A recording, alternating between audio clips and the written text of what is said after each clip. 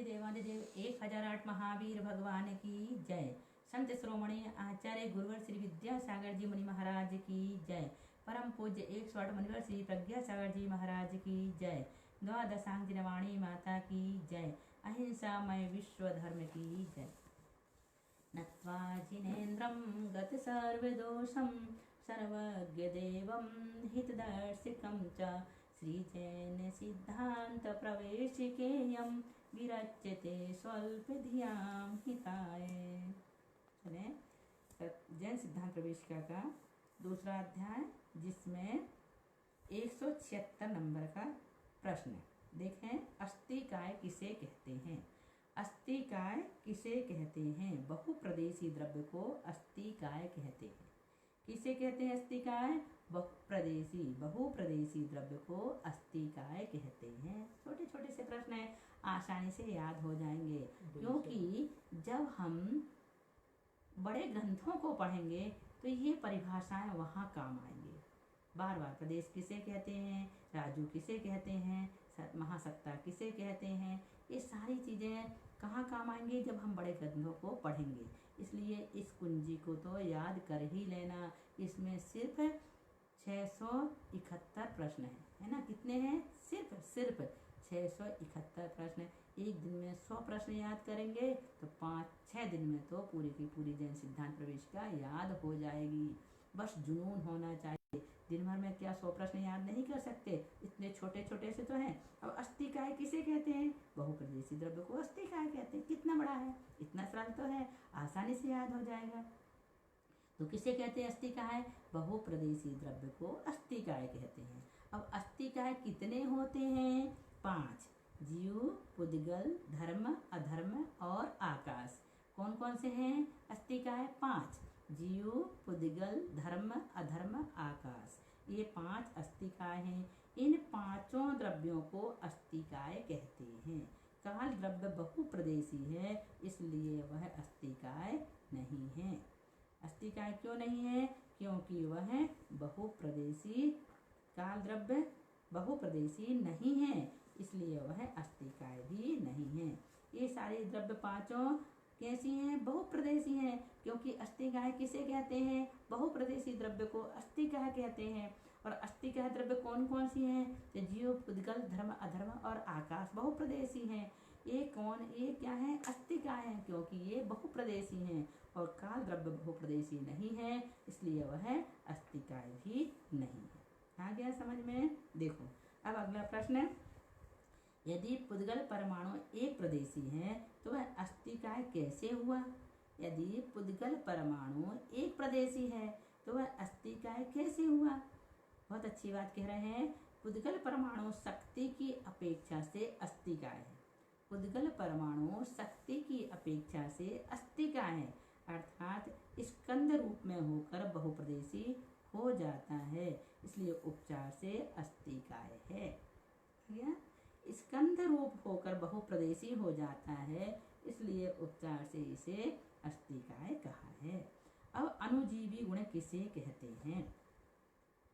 अनुजीवी गुण किसे कहते हैं? हमने एक बार कहा था जैन सिद्धांत प्रवेशिका के प्रश्न भी याद करने हैं और उत्तर भी याद करने हैं, और जो समझ में नहीं आए प्रश्न और उत्तर, उनके उदाहरण भी समझने हैं।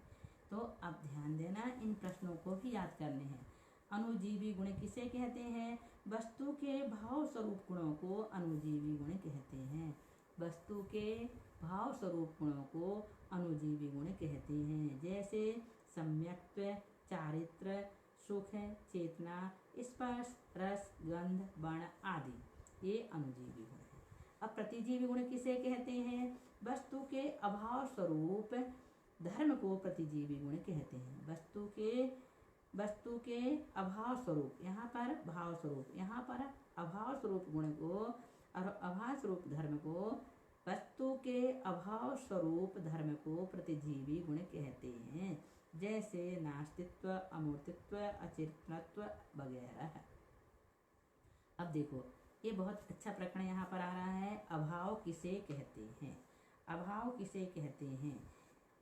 एक पदार्थ की दूसरे पदार्थ में गैर मौजूदगी को अभाव कहते हैं। एक पदार्थ की दूसरे पदार्थ में गैर मौजूदगी को अभाव कहते हैं। इसे कहते हैं अभाव। एक पदार्थ की दूसरे पदार्थ में गैर मौजूदगी को अभाव कहते हैं। अभाव के कितने भेद हैं? तो अभाव के 4 भेद हैं। प्राग भाव, प्रध्वंसाभाव, अन्योन्याभाव और अत्यंताभाव। प्राग भाव, प्रध्वंसाभाव, अन्योन्याभाव और अत्यंताभाव, ये अभाव के 4 भेद होते हैं। तो प्राग भाव किसे कहते हैं? वर्तमान पर्याय का, ध्यान देना, समझने जैसी बात है। वर्तमान पर्याय का पूर्व पर्याय में अभाव, वर्तमान पर्याय का पूर्व पर्याय में अभाव को प्राग भाव कहते हैं। जैसे दही में दूध का अभाव, पूर्व पर्याय का अभाव हो गया।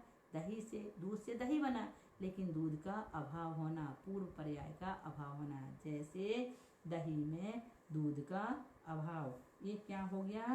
प्राग भाव। इसे क्या कहते हैं? प्राग भाव कहते हैं। जैसे गुरुवार का बुधवार में अभाव, जैसे गुरुवार का बुधवार में अभाव।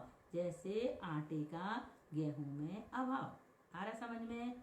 जैसे आटे का गेहूं में अभाव। जैसे शुद्धोपयोग का शुभोपयोग में अभाव। जैसे शुद्धोपयोग का शुभोपयोग में अभाव। जैसे 13वें गुण स्थान का 12वें गुण स्थान में अभाव। आगे समझ में प्राग भाव। अब इसके बाद देखो प्रध्वंसा भाव किसे कहते हैं? आगामी पर्याय में वर्तमान पर्याय के अभाव को प्रध्वंसा भाव कहते हैं। आगामी पर्याय में वर्तमान पर्याय के अभाव को प्रध्वंसा भाव कहते हैं। जैसे घी में दही का अभाव। जैसे घी में दही का अभाव। जैसे युवा अवस्था का वृद्धावस्था में अभाव। जैसे दही का घृत में अभाव। यहाँ पर क्या कहा जा रहा है? दही का घृत में अभाव, युवावस्था का वृद्धावस्था में अभाव, दाल का बेसन में अभाव, आटे का रोटी में अभाव, गेहूं का आटे में अभाव, शुभोपयोग का शुद्धोपयोग में अभाव। क्या कहलाता है? प्रध्वंसा भाव कहलाता है। आगामी पर्याय में वर्तमान पर्याय के अभाव को प्रध्वंसा भाव कहते हैं। आगे देखें अन्योन्या भाव किसे कहते हैं? पुद्गल द्रव्य की एक वर्तमान पर्याय में दूसरे पुद्गल की वर्तमान पर्याय के अभाव को अन्योन्या भाव कहते हैं। पुद्गल द्रव्य की एक वर्तमान पर्याय में दूसरी पुद्गल की वर्तमान पर्याय के अभाव को अन्योन्या भाव कहते हैं। जैसे अन्योन्या भाव का देखो, जैसे एक बाल का दूसरे बाल में अभाव, अन्योन्या भाव। जैसे एक बाल का दूसरे बाल में अभाव, क्या हो गया? अन्योन्या। एक उंगली का दूसरी उंगली में अभाव, एक शरीर का दूसरे शरीर में अभाव, एक पेन का दूसरे पेन में अभाव। इसी प्रकार से आप लगा लेना। क्या हो गया? समझ में आ गया अन्योन्या भाव किसे कहते हैं। अब अत्यंता भाव, एक द्रव्य में दूसरे द्रव्य के अभाव को अत्यंता भाव कहते हैं। एक द्रव्य में दूसरे द्रव्य के अभाव को अत्यंता भाव कहते हैं।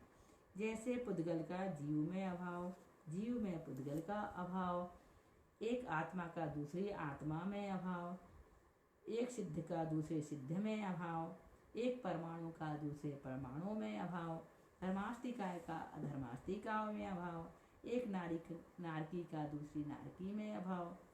आ गया समझ में? कोई कठिन नहीं है, बस थोड़ा सा दिमाग लगाने की जरूरत है। ये जो 4 प्रकार के अभाव बताए हैं, प्राग भाव, प्रध्वंसा भाव, अन्योन्या भाव और अत्यंत भाव, ये हमको समझना इसलिए ज़रूरी है कि हमें पता तो चले कि हम जिस जीवन में जी रहे हैं उसका हमारे दर्शन से कितना घनिष्ठ संबंध है। हमें तो पता ही नहीं हमारे दर्शन के बारे में, इस सब के बारे में जानना चाहिए। अब जीवों के अनुजीवी गुण कौन से हैं? चेतना, सम्यक्त्व, चारित्र, सुख, वीर, भव्यत्व, अभव्यत्व, जीवत्व, वैभाविक, कर्तृत्व, भोक्तृत्व वगैरह अनंत अनुजीवी गुण हैं। ये सब जीव के अनुजीवी गुण हैं। कौन से? चेतना, सम्यक्त्व, चारित्र आदि, है ना, सुखवीर आदि। जीव के प्रतिजीवी गुण कौन कौन से हैं? अव्यवादत्व, अवगाहनत्व, अग्रलघुत्व, सूक्ष्मत्व, नास्तित्व इत्यादि ये जीव के प्रतिजीवी गुण हैं। अब यहाँ से फिर प्रकरण चेंज हो रहा है, इसलिए अब हम इसे यहीं पर पूर्ण करेंगे। देखो 188 प्रश्न हो चुके हैं। अब 189 वाला प्रश्न यहाँ से हम बाद में आपको पढ़ाएंगे। चलें, लिए महावीर भगवान की जय।